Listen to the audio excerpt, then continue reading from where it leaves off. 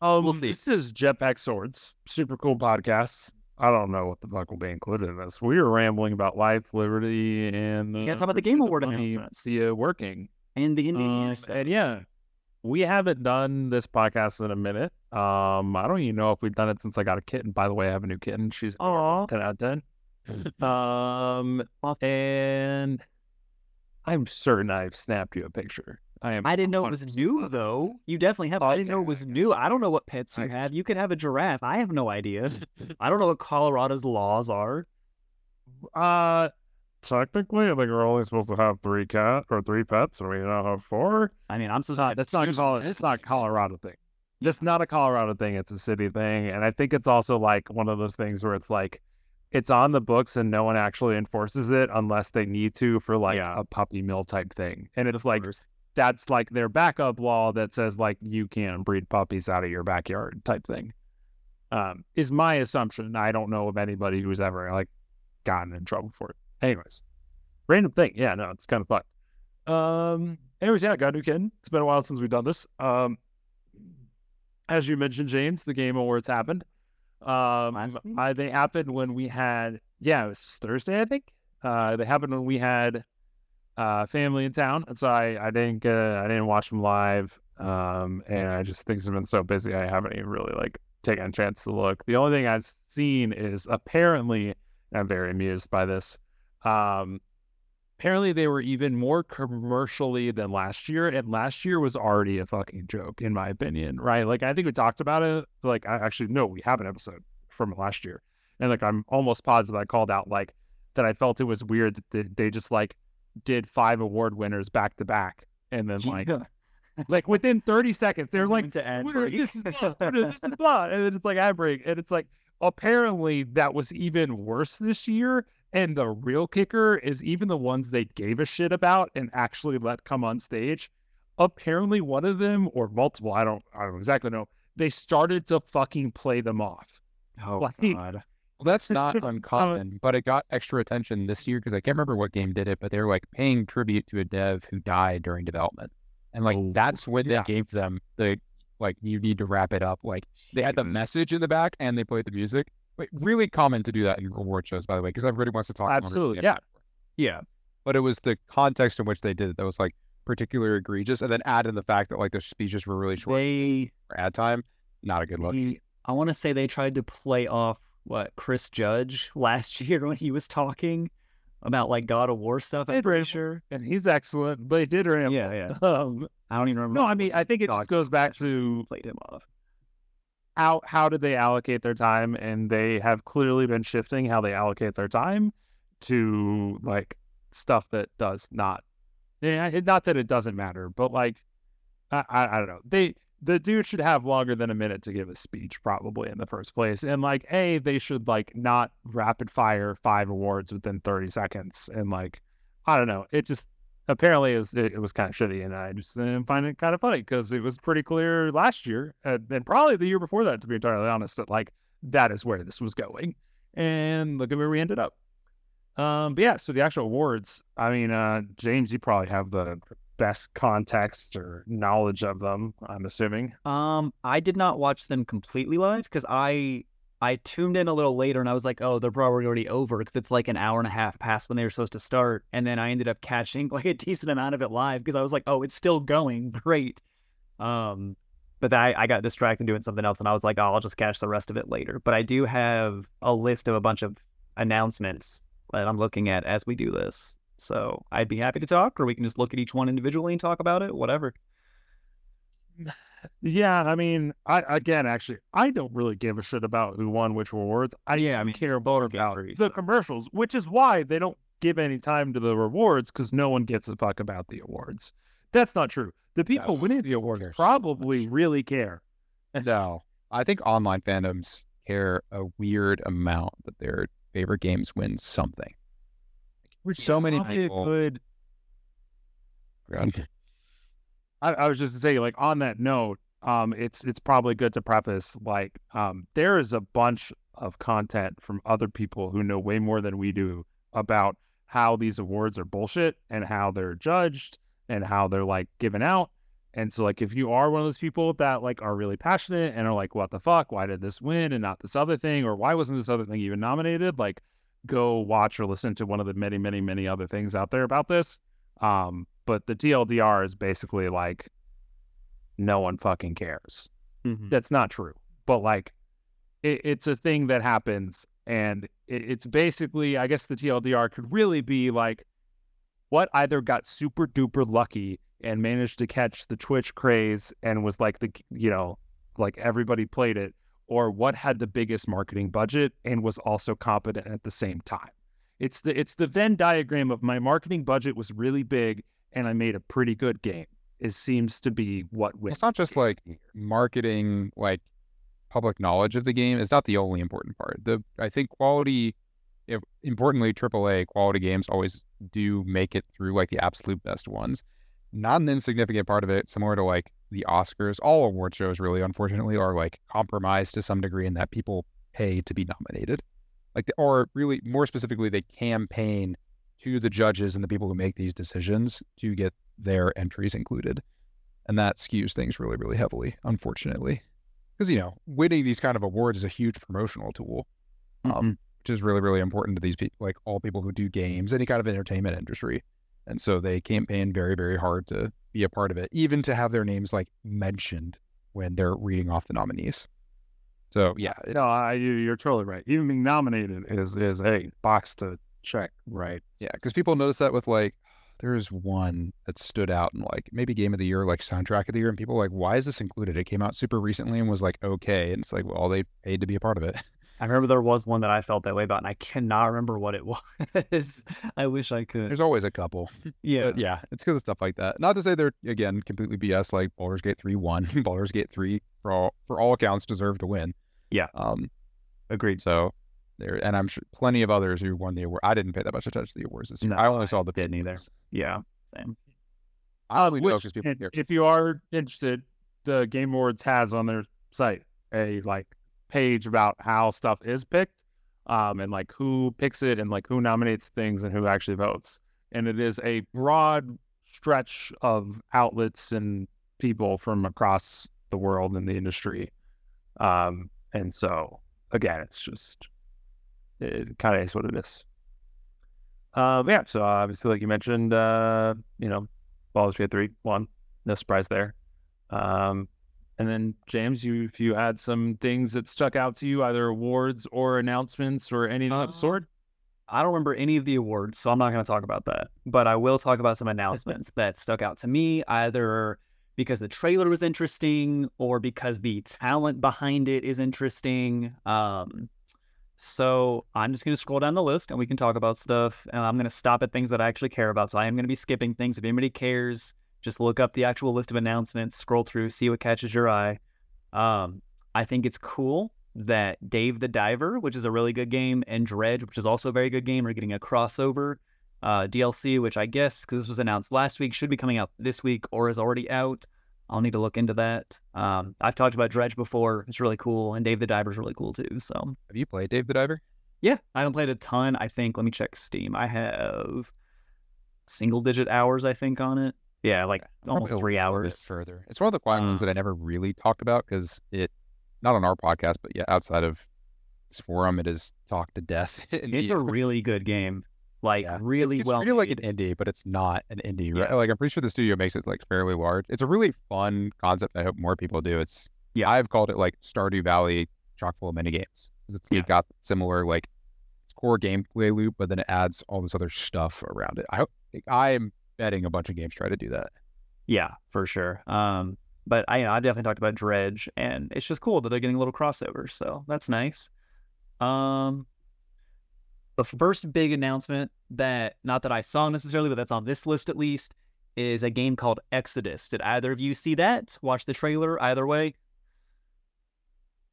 No. All I saw was that I saw a lot of comparisons to Mass Effect, but I haven't seen much. So it is former BioWare devs who left to make their own studio called Archetype Entertainment, which I have not heard of them. So I don't know if they have any other games. I'll check real quick. But yeah, they're making a new game called Exodus. which looks like a sci-fi RPG. That's obviously got a lot of comparisons to Mass Effect, both for the subject matter, but also because it's for BioWare devs. Matthew McConaughey's involved in some way, most likely just his voice, it seems like. But it's still cool. But I'm totally on board for more like grand scale sci-fi RPGs, especially if they're even vaguely similar to Mass Effect. I think I watched the trailer, or I saw maybe just some screenshots, and it looked like a more grounded Mass Effect in terms of like what the space stuff, like imagine like more like Starfield and Mass Effect kind of combined. I don't know if it'll end up like that, but it seemed cool. So, anything for more of that kind of stuff, I'm definitely down for. Um, God of War is getting a free DLC, or it's probably out because it's supposed to come out this week. It's a roguelike mode, so like that sounds pretty cool. Takes place, I think it's supposed to take place after the game's story, so that's interesting too. I'll need to re-download it and dive in and see what that's all about. But it's cool that it's roguelike. I feel like this is timed specifically for, or maybe not time, they're gonna put it out, but like it works perfectly if you like played it on launch to go like play the game again. Like yeah, for sure. Start a whole new playthrough. Like they announced this and I was like, ooh, it's end game. Like I should play the game again so I can warm up and get ready for what I assume is just going to be a ball-bustingly difficult thing. Roughly. It's free, so that's cool. And I also think it's interesting. I don't know if you all saw, but The Last of Us Part 2 is getting a PS5 remaster finally, or just like an update finally. It has not had one up to this point. It's coming out in January, and it's also adding some new content and which is a similar roguelike mode that they're adding. I just think it's cool that two of Sony's big properties are both adding a roguelike mode around the same time. It's interesting. It's been a popular like tack on your end game. It's also like a low cost investment to do. You already have all the assets. It's easy to make those kind of maps and like arenas and stuff. So like, why not, right? Just give people more of the gameplay they want. Like obviously God of War Ragnarok's fantastic to play, has good combat, and Last of Us 2, which I don't know if either of you have played it, but Last of Us 2's combat is so good. It's fantastic. It's visceral. It's gorgeous. It's such a fun thing to have. So I'm excited for both of those. I saw that Ninja Theory is like, put out some stuff about the new Hellblade, which I know we talked about, I think, on the last episode, which I've not played it, but I've seen it play, the original one. So the second one's probably going to be another cool, very atmospheric game. It's like, that's cool. Greg, do you have anything to say about that? I think you were the one that was talking up the other one, the first one. I actually never got through it. It didn't speak to me as much as it spoke to everybody else, it seems. Sure. Yeah, I thought that was our revelation. It was like one of those games we had heard spoken of so highly, but we had just never played at all. I was gonna say I watched a good chunk of it. I tried to, but it just never got into it. Yeah. I don't know. It's cool. Ninja Theory seems like a cool company. Yeah, but if I had to pick, I would pick Bleeding Edge 2 or Hellblade 2, but that's I'm a crazy person. That's you guys. Let's see. There's one I want to talk about. Go ahead. You go ahead while I scroll through. I could have sworn Skull and Bones was dead. No, it's coming out. I was so I got pushed back. Yeah. I heard they killed it in development because of Sea of Thieves and like all these other friggin' pirate ship games. They did put it into limbo for a while because the fan reaction, not even fan, the audience reaction was not good because we all just want Black Flag, just unlicensed, untethered from the Assassin's Creed license, and they decided to not do that. I will say, the game looks like fun for a game that I'm going to play in 6 to 12 months on either Game Pass or on a discount. Exactly. Still may have paid more than $10. No, I'll pay maybe $15 for it because it looks vaguely fun, but that's it.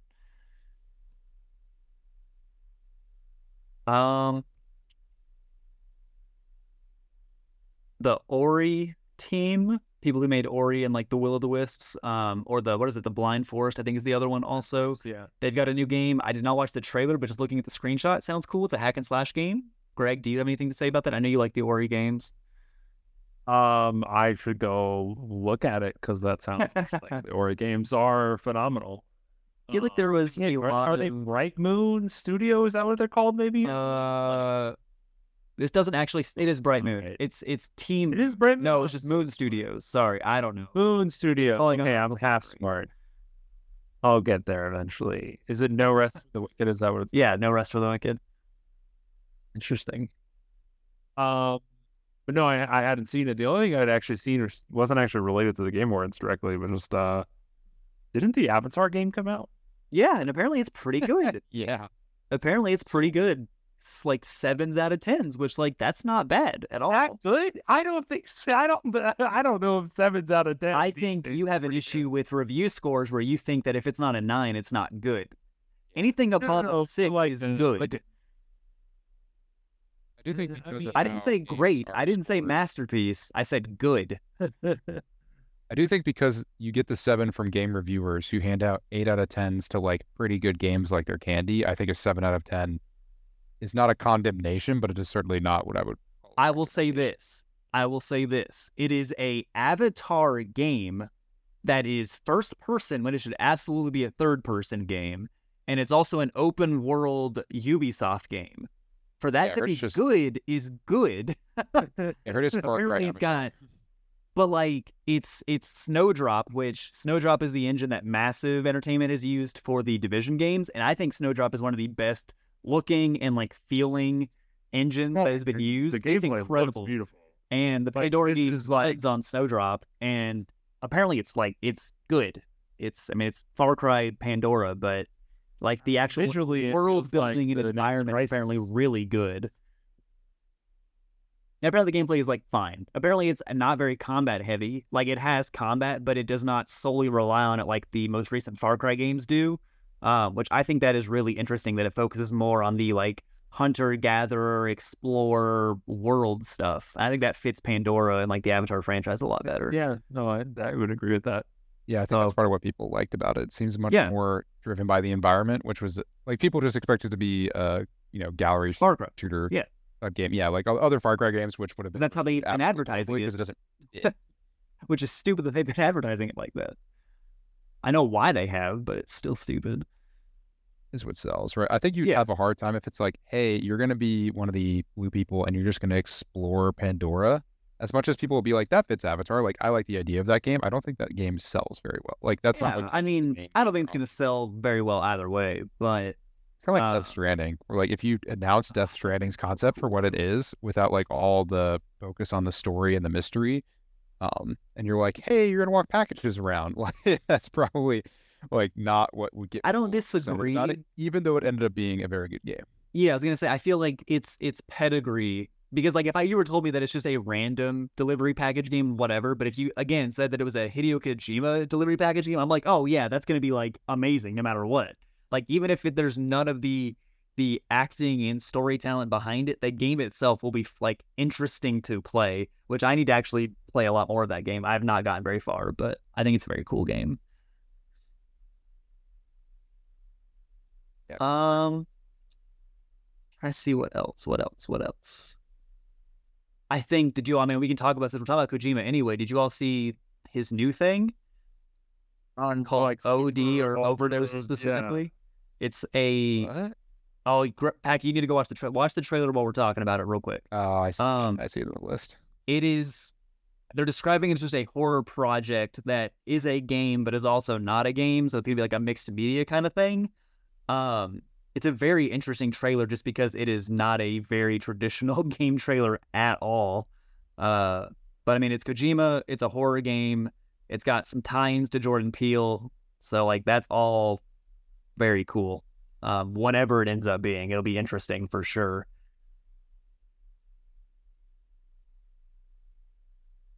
When I first saw it, I actually almost thought, just like the first still of it, I actually almost thought it was Hellblade 2 for some reason, just because of like, Right? the hyper It's got that kind of vibe. Yeah. I would have said like it makes me think it's a new Silent Hill game almost, just like the trailer's got like it's like PT. That's what it like makes me think of. Which I mean, sure, but I don't know. Like I said, no matter what, it's gonna be interesting. So It's Kojima, so I trust anything he decides to put out. We're getting a new Jurassic Park survival game, which was originally announced Oh, that'd be cool. not this specific project, but a game called Jurassic Park Survival was from the early 2000s and then ended up in development hell. And so I don't know if this is actually a continuation of that, like a legacy, or if it's just the name because it's a catchy name. It's pretty basic, but it's catchy. Getting pulled forward, but it's a single player adventure game with like survival elements, I think, called Jurassic Park Survival. Takes place on the I think it's Island Nublar, which is the like original movie's island, like during the events of the original movie. So yeah, that's pretty cool, I think. I like Jurassic Park games a lot, so like I love that whole franchise since I was a kid. I think that's cool. Man, who doesn't fucking First- love dinosaurs? I mean, yeah, right?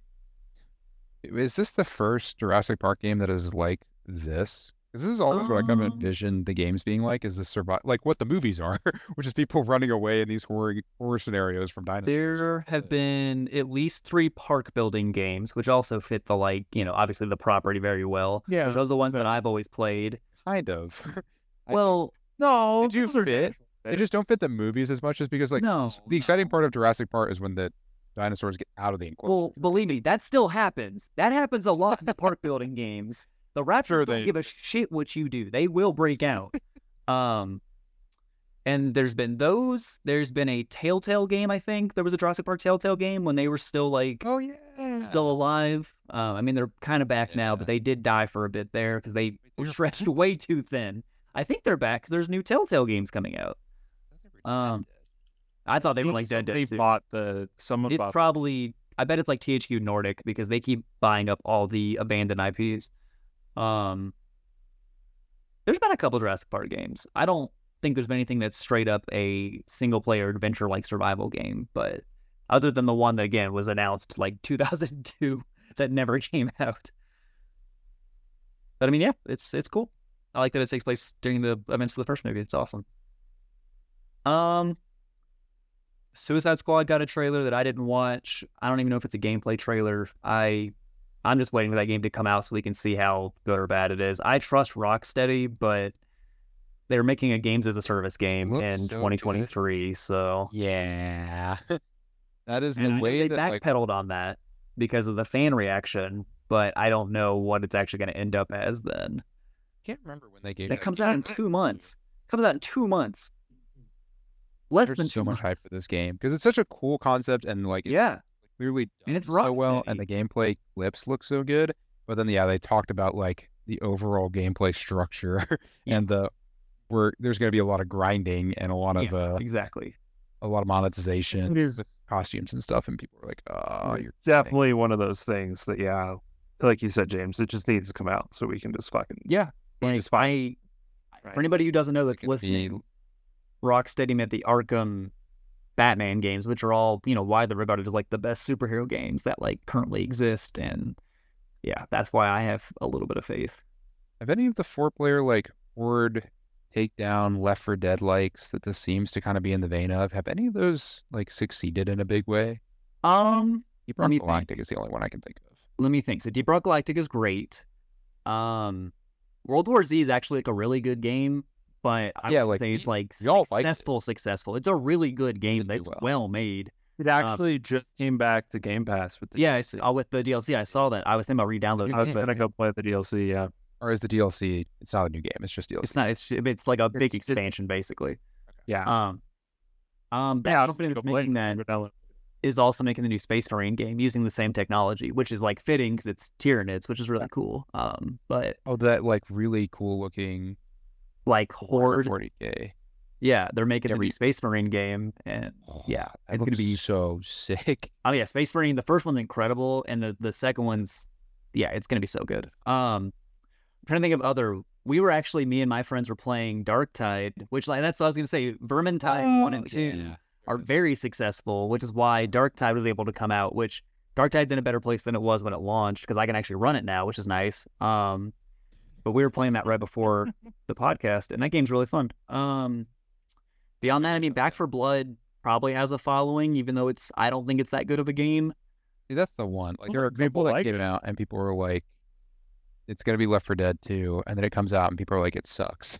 Yeah. It Then we also move does on and pick the not next one. it does not sell itself very well early on. If you play that game on like the easier starting difficulties, it really neuters the game. There's way less special infected. Like I thought when I first played Back for Blood, there was like two kinds of special infected, and like that was it. But if you play on the higher difficulties, it actually like shows you everything, and the game never tells you that. Like it doesn't really make it clear that like if you want to get the actual good experience, you got to play on the harder difficulties. And it's had some DLC and stuff. So I mean, like it's vaguely successful. I don't know. I didn't like it very much. Look at this list. There are two things actually that stick out to me, both of which we briefly touched on before in this podcast. So one is Asgard's Wrath 2, which is a sequel to Asgard's Wrath 1, which none of us have played, but is actually a VR only game. Meta bought the studio, and the second one is now a Quest only game. And yeah, apparently people fucking love the first one, and everything I've seen in the second one looks fucking amazing. What's his name, Matt Mercer or whatever, out there to like show it off at the awards. Which so like I want to buy this game, but I'm also then like, oh, but if I'm gonna play it, I should play it on a MetaQuest 3 instead of MetaQuest 2, and I'm just like, but I'm not gonna do that shit. But yeah, no, like again, the latest trailer for Asgard's Wrath 2, which launches in 2 days from when we're recording this, looks great, like all the other fucking trailers for it. The other thing that had a new trailer, which we've also briefly touched on, is Stormgate, which is an RTS. I didn't watch like it, but I'm excited. Blizzard devs. So the reason I'm mentioning it actually is not because the trailer itself, which is particularly interesting or anything. It's fine, it's a trailer. I'm mentioning it because just like randomly, I came across a YouTube video of like one of the engineers working on it. They did a like 30-minute or so interview with Digital Foundry, and they were talking about Stormgate and like, the tech they're using to build it. And one of the things that just like really stuck out to me, which was really interesting, particularly as just like as we played, Packy, you and I played Multiverses this year, is Stormgate is going to be the first, I believe, RTS with rollback netcode in it, which is just kind of like a very interesting concept. And like it was very interesting listening to the guy talk about it, how basically like they did these play tests and they were like, the vast majority of the time is just like, this is so much smoother and so much better than like any online RTS we played before because of this. And like he was like, oh, there have been bugs, and like so they better fucking like get all the bugs ironed out before launch, right? But like, it was just I just think that's cool. I just like from a technology perspective, I just think that's really awesome. And so like, I was already interested in Stormgate. It does, yeah. Well, because they were like, they had to build, so like they're using like Unreal 5 for like the rendering and stuff. But then like for a lot of their business and game logic, they they wrote like their own stack, it seemed like, specifically to get this like rollback in it. And it was kind of interesting because they were like, if this goes really, really well, like one of the plans of the studio, I think, is like they might license out that like rollback tech stack for RTS games, essentially. They are able to scale it, which no way they'll be able to do it the way that people would hope. But like if they could scale that out to other games, yeah, that'd be so unbelievably huge. That'd be worth more than the game. Because I mean, like networking code is just fucking hard. Apparently, it turns out. Like who'd have thought? Like actually similar. Just rollback in fighting games is a perfect example. Like it's been, I think the concept for rollback in fighting games came out in like 2012 to 2014. And like still games are adding it like brand new in the past couple of years, and it's still treated as this like fresh concept because it's so hard for games to do. Yeah. Still super few people do it. I think perspective for anybody, like you can go watch YouTube videos that'll explain rollback very well, but why this is very difficult, why it's so eye-opening for an RTS to do it is essentially how it works is that when you get out of sync, the game just says, okay, what would have happened if something different happened about like 2 seconds ago, and then we will quickly resimulate the game in like a moment, and then put on screen in front of you what it would look like if like we actually captured that input from 2 seconds ago. So for a fighting game, lead to funny things. Yeah, really goofy stuff can happen. You can see really funny visual artifacting when this happens. But you would think it's more noticeable, but it happens so very quickly that like your eyes don't even like catch the difference.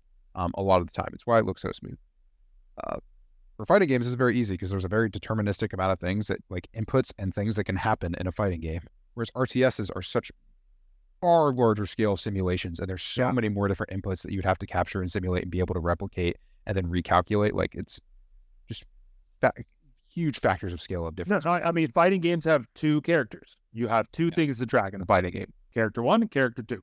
In Smash, you have Makes four. sense. In Multiverses, you have four. Right? Like you have, 4 to 8 things. And in RTS, they were talking, like hundreds or even thousands of units on the field at any given time, and simulating what's happening to all of those, and like keeping that in sync across the state. It's just like, again, I was interested in Stormgate before from some other trailer, and like I watched that thing and I was like, damn, that's super cool. Like I'm more interested in now. And then like they had another trailer at Game Awards. I'm like, yeah, I'm so fucking excited to play it. Also because it's free to play. And so, anyways.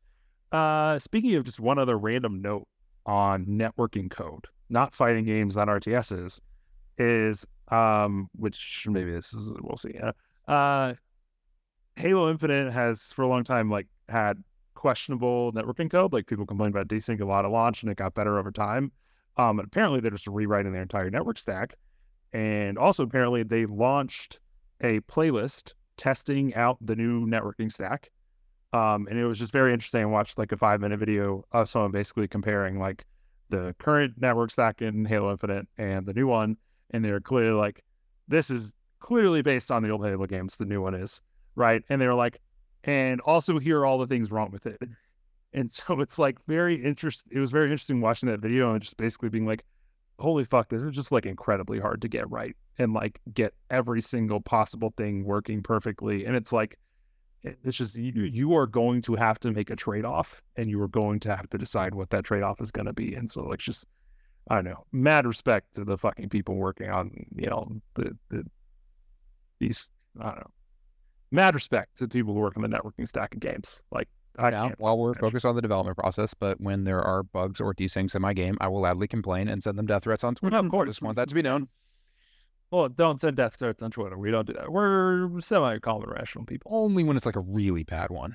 Like that. I mean, sometimes you get But so back to Game Awards. Was there any other things that you saw that were noteworthy? Big things. Packy, you go ahead though.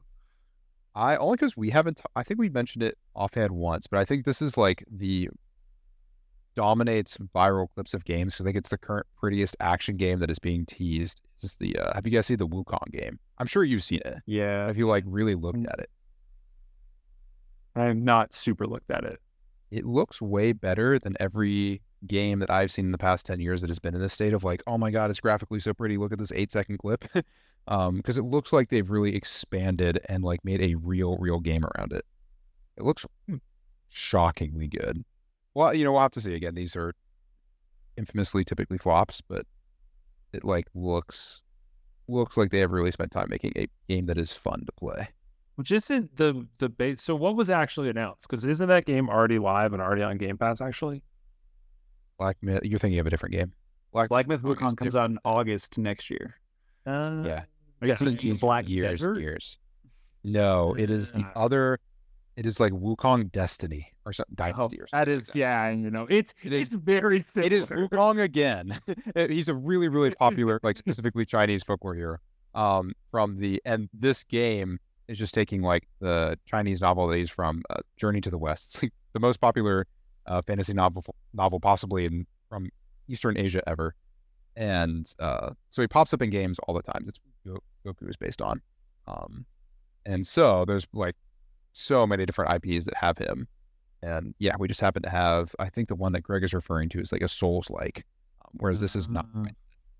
So I could find it. Yeah, it's sitting on like the recently added to Game Pass, I'm sure. But no, these are different games. Well, I just searched and I didn't see it, but I swear to God, it's a thing. I know exactly the game you're talking about. Why can't I find it? I'm so upset by this. Whatever. Surprise. Dude, Game Pass adds games so frequently. Hey, I know, right? Like the past 15. Wolong. It's Wolong, not Wukong. Well, there you go. Thank you. We're just a bunch of fucking racists, apparently. No, they're hard. Is it? He wields a staff, so I'm going to say it's Wukong anyway. I think it is clearly based on that. Right. I think it's pretty clearly based on that. So how did we not mention also the new not No Man's Sky game, but No Man's Sky? That's one of my two things I want to talk about. The trailer looked awesome. This is It was not so No Man's good. Sky game. So it's the same company, it's their new game. It's Hello Games' new game called Light No Fire. It is obviously a procedural open world game just like No Man's Sky, but instead of being like a galaxy, it's one big planet and it's fantasy. But it uses the same technology, probably improved with everything they've learned from No Man's Sky. But it definitely looks like a Hello Games game, and Yeah. I think it looks really cool. But I'm also a big No Man's Sky fan. I played it on launch night, played it for like, I don't know, 20 hours, and I come back every major update and try it again just to like see what they've done. So, all their updates have been free too. I respect the hell out of Hello Games and Sean Murray and No Man's Sky. So, It'll be really curious to see how they handle their next game in the wake of that. Because obviously they don't have to do what they did for No Man's Sky. yeah. Like they could do a much more traditional DLC model with like, as long as the Oh, you mean doesn't they suck. could not disappoint everybody on launch and then not be forced to do that for goodwill? Yeah, Because that's exactly. why they didn't No, do I it out know. of the goodness. They did it because they We fucking all know, buzzed the Greg. launch. We all know. Yeah. We all know. It's okay. But they did it for so long. I think like that's the big difference. I think other games would have done like the goodwill stuff for That's true. 3 or 4 years, and they've done it for what, 6 or 7? Like it's been an insane amount. They of also have drastically like updated it. It's not just like a little bit here or there. They've added multiple entirely new systems and like Yeah, it's things not to just selling do. And promises. like I said, I check it out like every major update, and I've been playing it since launch night. They've done a lot. I respect it. But yeah, that was the one thing I wanted to talk about. And then the other one, unless we have anything else to say about Light No Fire, but the other big thing I wanted to talk about was mostly just like I think a cool thing. Arcane, the people who made Dishonored, Deathloop, are making a Blade game. So one, that's cool because it's Arcane, and two, it's cool because now finally Xbox is getting a Marvel game, and it's not just Sony getting all the like Marvel independent things. So yeah, I mean, the trailer was a cinematic, but it looked like Arcane style. I thought it was going to be like a Redfall tie-in somehow when it started to be like a vampire thing, but it's cool that it's Blade. That's interesting, yeah. And it's specifically Arcane, Leon, the ones who made Deathloop specifically. So, which I think they were also the ones who made Redfall, but that's not going to be the one that they use as their claim to fame. So it's fine. But I think it's cool. I mean, I love Arcane, so I think it'd be cool to have a Marvel game with their visual like art style that they have for all their games. So Yeah. No, did y'all see the Fallout TV show trailer? Yeah, but I of course saw the It power armor. it looks actually like, I mean, obviously they make trailers to make, to sell products. So the trailer's gonna make things look cool, but it looks, as a big Fallout fan of at least 3 and 4, it looks really cool. So I don't know. I'm hopeful that it actually ends up being really cool. Got good production value, it looks like, which is good for a TV show. So on that note then, since that was the second one, year in review. Sent you all the Oh links. no, but there's one more. I'm Go- only go- curious go- if go- you all go. played Budokai growing up. No. I don't don't. think This won't so. resonate then. They're making a new version of that. It's taking the Yeah, I saw they were making a DBZ. new one, which is cool, but I was never a big It's a- Dragon Ball fan. It's a fun idea. People have been screaming for it. I don't think people remember that Budokai is really fun when everybody sucks, and it's one of those games that when you get good at, the 3D movement is real. It's bad for fighting games. I remember, doesn't- I think I did oh. play it, and I remember it being a little janky. Yeah, it's goofy, fun, and people do the big attacks and all that fun stuff. But in the new online era of fighting games where everybody doesn't really mess around and play for fun, they focus on getting as good as possible as quickly as possible. I don't think it's a combat system that's going to do that very well. It won't feel rewarding to master those combos because the hitboxes will be so absurdly generous. Anyway, never mind. I don't think people should get that game on launch. I'm putting my warning out incredibly early. All right, year in review. Because I did actually look at the things you sent. I did the Xbox one and the PlayStation one because I don't use my Switch. I felt like Xbox did it after Spotify did their Wrapped, and they were like, "Oh shit, we forgot to do this thing for this year," and they had an intern do it in a week. Yeah, everybody does it now. It's so fucking basic. Xbox It's is just like so much, especially having looked at PlayStations, where I think PlayStation is actually pretty good. There's this Xbox just should give you more info. Like they have it. They exactly. It just clearly it have it. literally felt. It feels like it was an intern did it in a week because somebody said, "Oh shit, we forgot to do this." Like that is what it feels like. That being said, I'll go ahead and give mine. It probably won't be very surprising, and there are some interesting things in here. Um, Total time 519 hours, not bad. Total game score 7,118. I find this very amusing. 2023 reward points, Oh, 97,748. Jesus. I have 11,000. Free money, baby. Let's go. Which actually, so it'll be interesting. That'll tie back in later on. Total games 69. Nice. Total achievements 309. Top gameplay month October, which has to be because of Remnant, right? Like that is definitely Remnant in October. Okay, which makes sense because if I go down to my 1, 2, 3 most played games, it is Halo Infinite, not terribly surprising. Remnant 2, also not terribly surprising. And then number 3 is surprising, and it is Microsoft Solitaire Collection. What? The reason the reason it is this. No, so it is me. But so this ties into the rewards thing. So like one of the rewards things is like play a PC game, and you can do it daily, and you get like some number of things. And so like Susie would open it on my account when she was editing podcasts, and then she would just leave it open while she edited the podcast, right? And so my time played for Microsoft Solitaire Collection in 2023 was 42 hours, even though I don't think I actively played a single game of Solitaire. But I just thought that was amusing, and like I said, it ties into the reward points. And then let's see some other interesting things. Top 10% of players for hours played total. All right, yeah, hell yeah. Top 5% of players for gamer score. Okay, that's also kind of surprising. And then top 5% of players and achievements unlocked, which makes sense. That feels like it's basically 1-to-1 with gamer score. 37% shooter, super not surprising. 28% action and adventure, also pretty not surprising. 18% role playing, 8% card and board, 9% other. So yeah, not bad. Pretty basic. They could have done more. Should have done more. But that's my year in review for Xbox.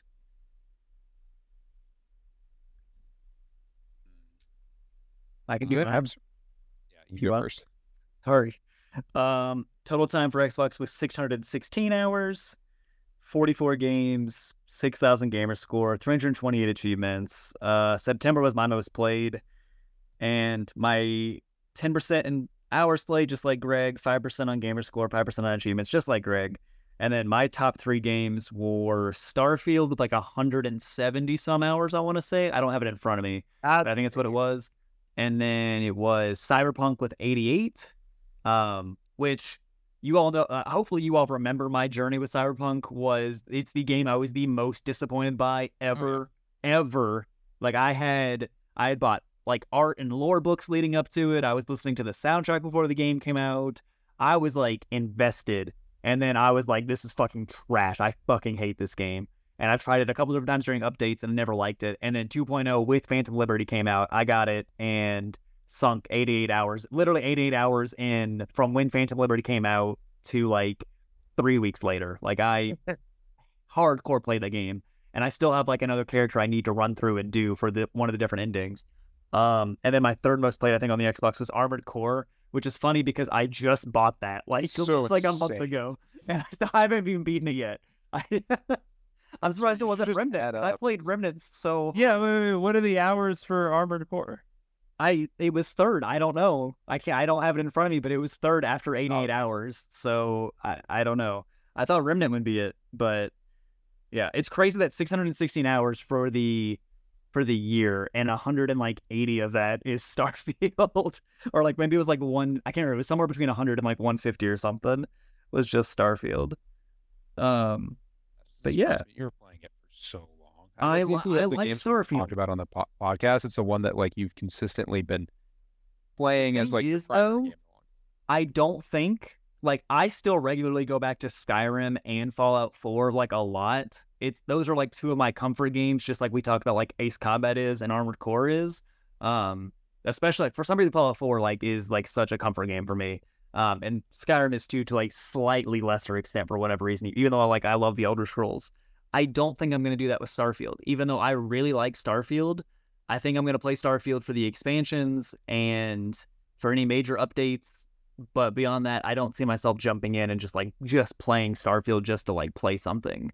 But I definitely do that on Skyrim and Fallout 4 for sure.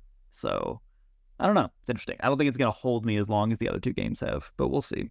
Seems to be the consensus, which is a shame because, like, I mean, it's generally good to ignore the wider gaming public's opinion on polarizing games like this. Sure, But I always do. Fuck, like, yeah, well, like I don't like gamers. Gamers are awful.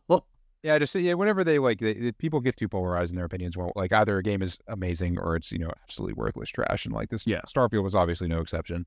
It has been so like it was whatever about that feedback, but I was really disappointed when like the second wave of feedback came along from the people who like religiously play Skyrim and all the other Elder Scrolls games, and they're like, yeah, I don't see this or Fallout.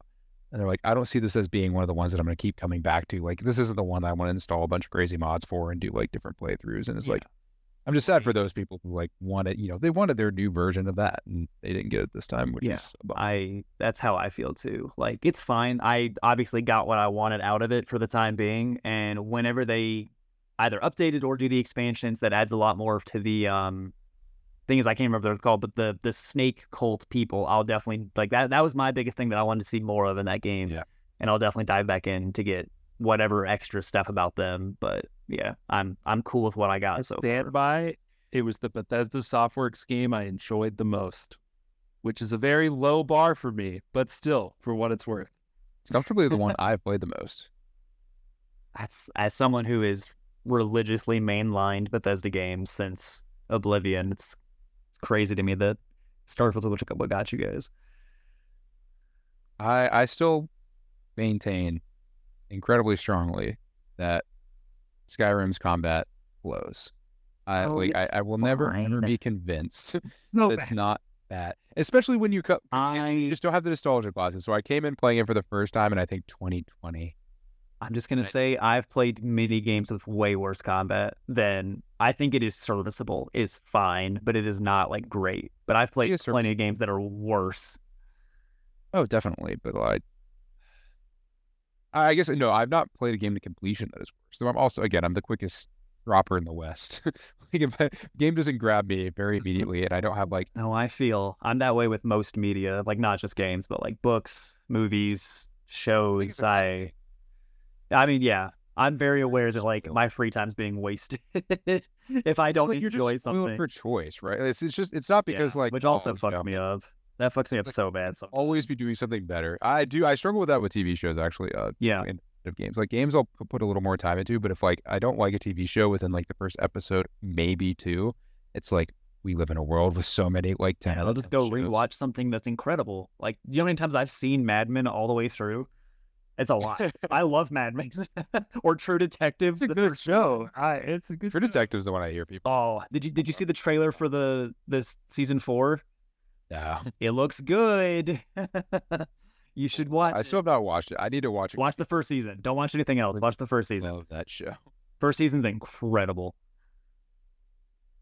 I was just gonna say for the PlayStation is as a comparison since we just did my Xbox One. Like I said, 616 hours on the Xbox. You all know my struggles with my PlayStation over this past year. I played I think 200 hours as comparison on my PlayStation. So I definitely play more. I want to know. I wish Steam did something. I want to know how many hours I put on my computer just for the comparison's sake. But I think for the PlayStation, yeah, there's like Steam doesn't give a shit. They don't have to. But Just break people's brains. Some people yeah. the amount of time they put on Steam. Oh, I know for sure. I think I remember my top 3 on PlayStation, at least game wise specifically. Armored Core was up there from when it worked for me still. I think it was my number 1 on PlayStation, followed by Horizon for Forbidden West, which is a very good game that I need to finish the DLC for. And then I don't even remember the other. Oh, it was Last of Us. It was Last of Us Part 1, the remake. It was those 3. It was Armored Core, Horizon, and then the Last of Us Part 1 remake. Which, when you look at the drop off in hours, it was like 1 billion for Armored Core, Horizon had a good amount for the amount of content it is, with like 80 or something. And then The Last of Us Part 1 was like 10. It was such a wild drop off. I also do not play my PlayStation enough to need a PlayStation, honestly. 200 years or 200 years, fuck, 200 hours is like that's. Yeah, but I feel like that's well, I don't know, like I feel like no, I feel like for it being my mainline interest and hobby, it should be like the Xbox makes sense. When I was a kid alone, let me give you an idea. Battlefield 3, the multiplayer alone, when we were in high school or whenever that came out, I put in I think about 400 hours. So I'm not saying I want to do that again because I'm an old man. we have jobs now. Yeah, fuck my job. The kids know. The kids I work with know. They know how I feel. I feel like 200 hours in a year is pretty, like, that's justified the console. No, like, no. It's just like if I were to pull my Nintendo one, it would be like 5 hours. Yeah, I didn't no, check same. my Nintendo. Absolutely same. I It's a doubt didn't about it. check it either because I don't think I touched it. What did I play? No, that's the, I play like, I don't need to check. I have one game that dominates 90% of my playtime. all right, so Baggy, Use- what is your year in review and PlayStation wrap up? All right, so I was the baby boy in Xbox. I had a measly 250 hours. Lame. Spread across 42 total games. That's what I'm proudest of. Is I do. Pretty good about as many as I Solid. had. Yeah, you're the fastest uninstall in the West. You tried, McQueen? Try many different games, and I get disappointed, and then I text Greg, and I'm like, I'm gonna resub to WoW. Don't let me do it. Was surprised I. Oh, speaking of, Jacob and our other friend made me subscribe to fucking Classic for the season of Discovery. I don't like WoW. I'm saying it on the podcast. I don't like WoW. They know I don't like WoW. Dude, it's such a trap. Like, Classic's gotten so popular, and they keep bringing these new people into Classic. And I'm like, people have texted me about it. They love it Yeah. so much. I wish for their sake that I could be happy with it because I'd love to play with my friends. But I just don't like MMOs. Classic is so bad. I don't like MMOs. Also that's also that. I like Old Republic, and that's it. I like the Old Republic, and that's it. Nothing else. All right, Perfect. so Baggy, 42, Sorry. 42 games. Yeah, so 42 games. My number one, which I should have known, but I was just surprised by, and I do think some of these are AFK hours. Starfield, genuinely, because there's no way. Starfield. Starfield is my number one. It's not. What? It's 60 hours. What are you talking about? So much more than I thought I played. That's so fun. You played a lot. You played a lot. I did play a lot. I did beat a playthrough, and then started another playthrough. And I like in that Feels first like playthrough, I had 60 hours. definitely. And I got farther into the second playthrough than I really remembered. Because I remember like throwing it up and feeling like I didn't get that far. Just because if you try to play a pirate, there's regular progression is a way to track it. Then what'd you lie about? Real quick, Diablo 4 was actually my most played PlayStation game, and then Armored Core, and then Horizon, and then Spider-Man 2, and then Last of Us. Not that it matters, but it was Diablo 4. I forgot. I had 80 hours in Diablo. I forgot. 80 hours of Diablo? Yeah. We barely talked about it. Yeah, it's Diablo. It's just kind of like it was fun to play. It's Diablo. It's But like it wasn't Armored Core, it wasn't Elden Ring. I'm not gonna get a Diablo tattoo. I might get an Armored Core or an Elden Ring tattoo. So Armored tattoo is sick. My second one, Vampire Survivors, which you'll never ever hear. No, Vampire Survivors, which you'll never hear me talk about. It's a very very fun game. There's nothing worth speaking on it though. did you play? Did we talk about the Vampire Survivors like Halls of Torment or whatever that came out that a lot of people were saying was really good too? Different ones. Is Halls of Torment the one that I've played? Jacob said it was good, but I don't like Vampire Survivors, so I don't know. I think Halls of Torment is better than. No, I love Vampire Survivors desperately dearly, but part of why I love it is it's such an AFK, like you win if you just generally know what you're doing almost every single time. For sure. Which many people don't like, very understandably. Halls of Torment gets rid of that problem. It is the same concept, but it is actually challenging. Like you have to be focused and paying attention. Yeah. Cool. You can't just be watching TV while you play it. Yeah. Very, very good. There's many, Brotato, another one that is the exact same concept, but just different style of that. Oh. That is also hard. And best thing about all these games, if you hear the Vampire Survivor series of games, if you like that genre and you don't like to spend money on games, you have found your perfect game series. Our favorite best genre because they are, if you like them, they're fun. All indie Every single games, one of them, they're all cheap. they all cost like $5, and Yeah, each they're all one cheap. is designed and played for like 20 plus hours. Like you can sink so much time into them because they're such a simple concept that That's such just a good. That's a good game design, right? Like that means they did a good job on that. To like they have Yeah. just a good, fun, like actually enjoyable replay loop instead of a lot of shit which tries to have a replay loop and it's not fun. And it's why the best of the genre all are like overwhelmingly like it's I think of the different genres, the one that has the most like overwhelmingly positive games. Like Vampire Survivors is not the only one. Broteo is exactly the same. Halls of Torment is exactly the same. They're absurdly well reviewed because they're very, very cheap and well executed because it's not hard to do. In my opinion. Nice. They're good games. Sorry. Anyway, the other one that we I never really talked about it the way I said I was going to talk about it was Sea of Stars. Oh yeah. Didn't that win an award? That won a game of the I year. think it did. Sure it I did. think it did. Such a And I plain think it was one of the ones that he was, and Sea of Stars, and the next thing is blah, is it didn't get actual recognition. I cared about it. It's a beautiful game. People liked it when it came out. It was it was just very forgettable, I think, for the general public. There's nothing like gripping or exciting about it. Ow, More people remembered because they had all the monetization drama and stuff like that. Just not as and the story was like really, really good. The cinematics were absolutely gorgeous. I think there were eye-catching things about Diablo 4 that like kept it in the public eye. Where Sea of Stars, like exactly, like they're just different interesting things. And Diablo and Blizzard are just so popular. Whereas like Sea of Stars came out, people were like, it's great, and then the next day, like you never heard about it again. Yeah. But yeah, that was Xbox. Surprised I had more Xbox hours than PlayStation. PlayStation, I only had 120, and then it had playtime ratio, so I could fully understand that the reason that I played my PlayStation this year was Armored Core and God of War, and for no other reasons whatsoever. Diablo was like 40% of my year played on my PlayStation, and I didn't even remember it. What does that say? What does that say? That's so sad. And it was also just that type of. I would say this similar about like Vampire Survivors. I was like, Vampire Survivors was second. And I was like, oh right, I have played an immense amount of that game. You know what it is though? It's because Diablo 4 worked that I didn't remember it. Isn't that funny? I had all my issues with Armored Core, so it was in my memory. It was good also, obviously, but it's because I had issues with it that I bought it again, and it was my number 2 on a whole other console. Yeah, that's really funny. It's great.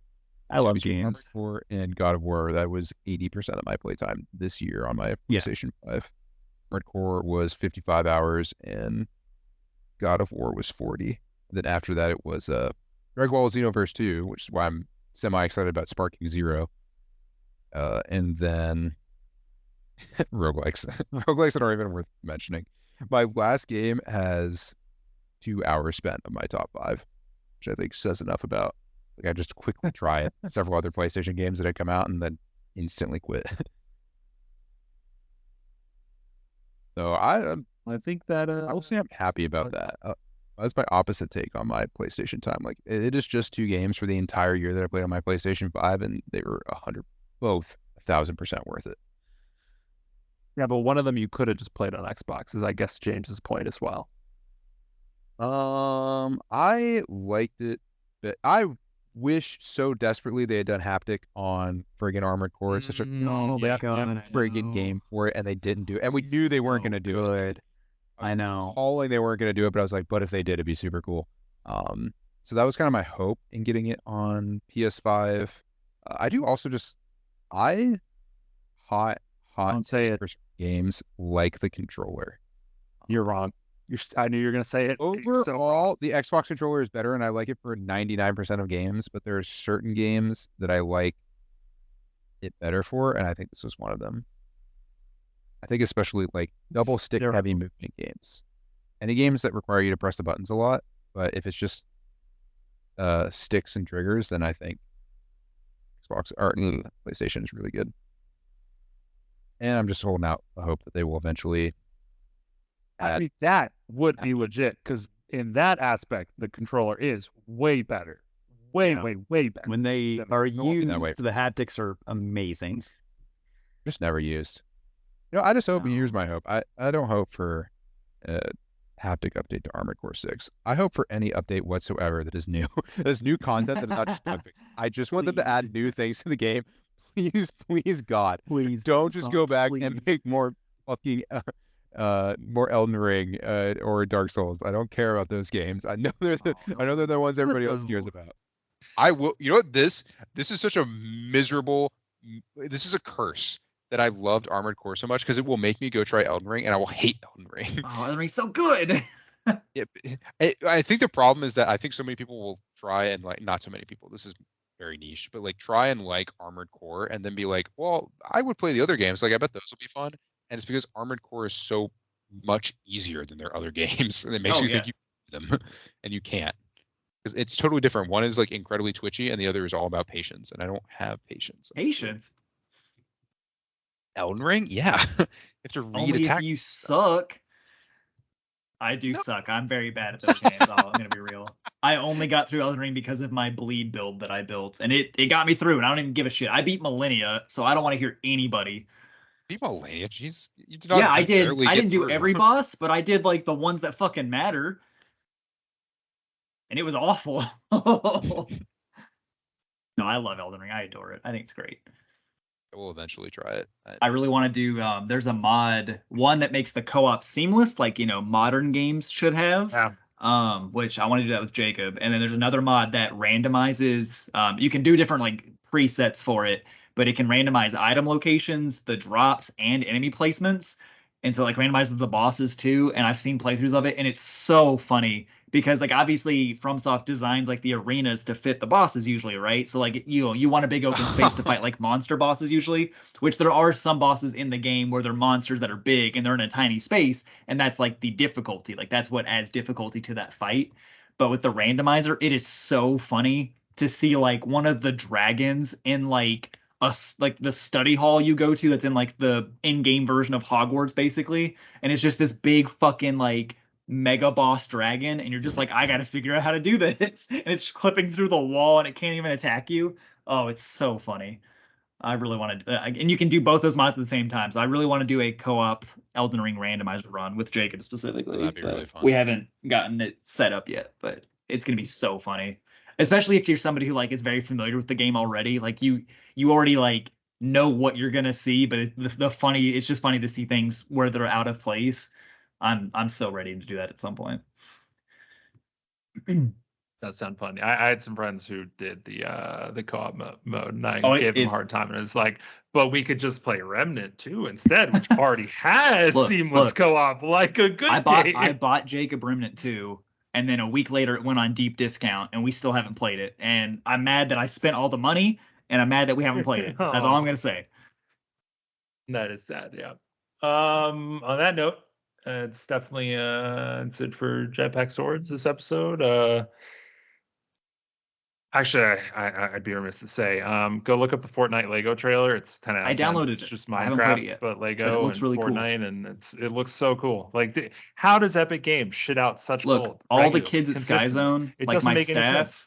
they're all talking about Fortnite right now. They're talking about the racing, the Guitar Hero mode, the Lego. Man. Like I'm happy for them. How do they do this? I'm happy for my staff. I love my kids. I just it's ridiculous. It kind of is like you said the thing about Obsidian Entertainment, like it's like the ability to make so many different games and they're all so consistently high quality, and like that is what Epic is doing with Fortnite at this point. Like it's just fucking ridiculous. Like they're just doing all the things and they're all consistently high quality and they're doing them all so consistently quickly too. It's just like, is this what it looks like to live without technical debt? Like, do they just not have like pounds and pounds of technical debt weighing them down? Like they just like started from scratch and like architected something intelligently from the get-go, and like it's paying off rewards 6 years down the line. Sometimes it happens. It's just incredible. I'm so excited, like what they've done with I that will game. say, it's awesome. I'm glad Epic has, Fortnite and obviously Unreal, like overall as like their things to keep them afloat. And I want to see whatever new things they do using the Fortnite money and everything. Like doesn't have to be Gears of War, but a new something like that, a whole new IP that, reshapes. Because like Gears of War created the third person like cover shooter that we had for like a decade and a half where everything was chest high walls. Like Gears of War did that. So I'd love to see them continue to That'd innovate be super new cool. Yeah. genres. Well, I'd love to see like, I mean, if they were to make like a hyper realistic game too, right? Like, I mean, Yeah. Fortnite obviously has its, cartoony art style. That's a cat digging claws into my back. Don't cut But I that. mean, obviously, Don't edit like that out. no one knows. I will not. No one knows Unreal Engine better than Epic, and so Yeah, of like if course. someone were to Just be able like to make a Valve like with incredibly Source, like man. just high fidelity, visual game, like I mean they could do it. And so yeah, no, I just Fortnite Lego looks awesome. Like Yeah, again, Fortnite Rocket League, like you I'm gonna said, like probably it's try just it tomorrow. it's just ridiculous. I did see something or no, fuck it, it's the end. Bye everybody. I'm glad we're back. Love you guys. Peace.